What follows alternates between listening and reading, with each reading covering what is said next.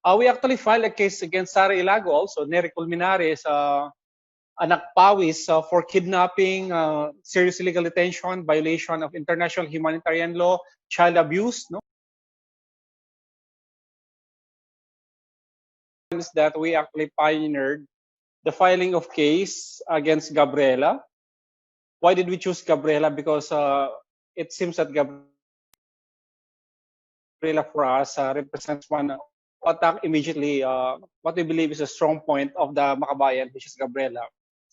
Considering that they are supposed to represent women's rights, so we filed a case against them, and lately the finding of in the question actually the participation of NTF-ELCAC, yung sinapalabay, in UPL na naman siguro yan, na the question why the government is filing a case against Gabriela to disqualify them in the party list registration of the Philippines.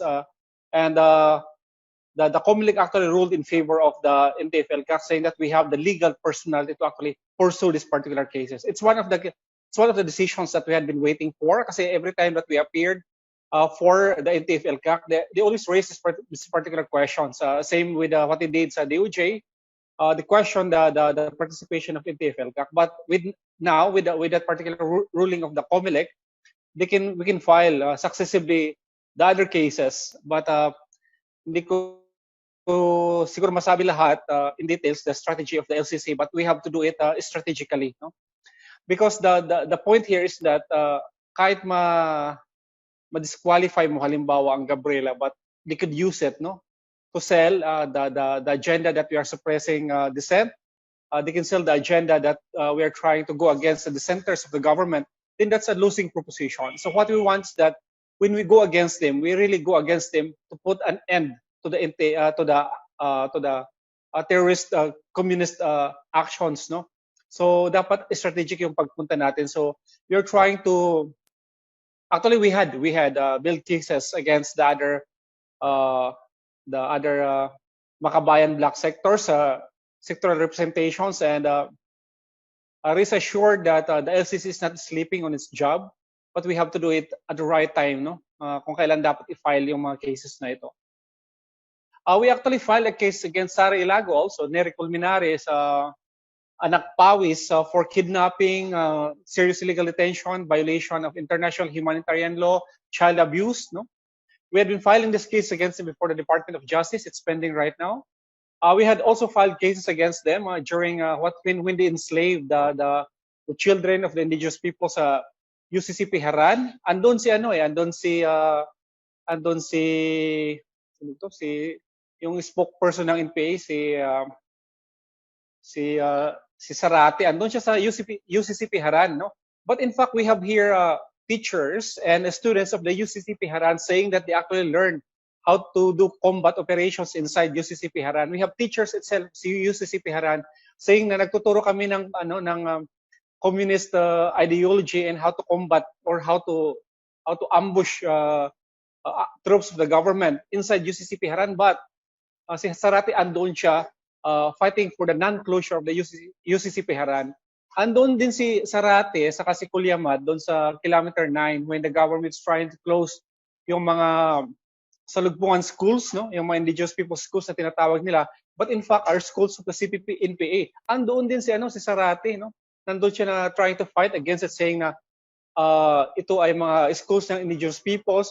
And even si Congressman Kulyamad during the Senate hearing, during the congressional budget hearing, actually admitted na kami po yung nagtayo ng mga salugpungan schools, kami po yung nag-build niyan, kami po yung gumawa ng programa niyan. While in fact, we have teachers itself, no, and students, graduates of the salugpungan schools, na actually sinasabi na ito ay schools ng mga NPA. So, these are the actions being undertaken by the LCC to collate all this information and try to build the necessary and appropriate cases so that when we move forward, we do not only move forward as LCC, but we move forward as NTF-ELCAC. Hindi pwedeng nag-iisang gumagalaw ang LCC. It should be always in coordination, in synchronity with the movement of the NTF-ELCAC. Because at the end of the day, it's not about putting Zarate in jail. Hindi po yung objective ng NTF-ELCAC. It is to put end to the 53 years insurgency that's happening to our country that killed more than 60,000 people, no? Yung sinasabi po ni Sara Ilago na bumabalik na naman tayo sa martial law, ganyan-ganyan, ang daming po namamatay. The number of martial is around 4,000. No? That's an official figure. Sabi na 4,000 na po namatay sa martial law. But in fact, ang pinatay po ng CPP-NPA insurgency is more than 60,000. And that's a very conservative figure. Ay, yung mga pinagsasabi ng mga taong yan, yung mga congressman na yan, I don't know. Let's take it with a grain of salt. Alam naman natin sinungaling ang mga yan eh.